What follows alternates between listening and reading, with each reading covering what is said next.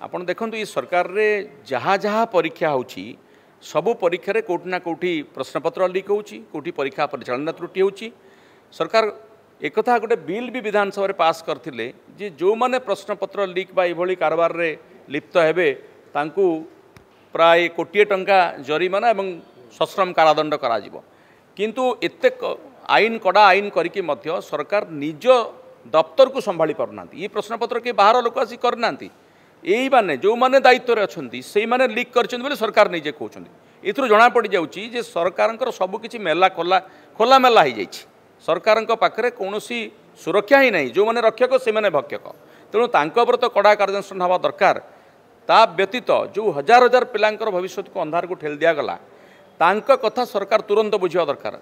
RI अमीन परीक्षार बातिल आपण ओटीईटी परीक्षा बातिल ये लोक नियुक्ति देवे कहीकि ये प्रकार भेड़िकी कहीं हो जो प्रश्नपत्र बातिल लीक जो परीक्षा बातिल होउची तुरंत सरकार निष्पत्ति नियंतु तुरंत परीक्षा आउथरे करांतु एवं जो माने आशायी अछंती तांका कथा बुझंतु।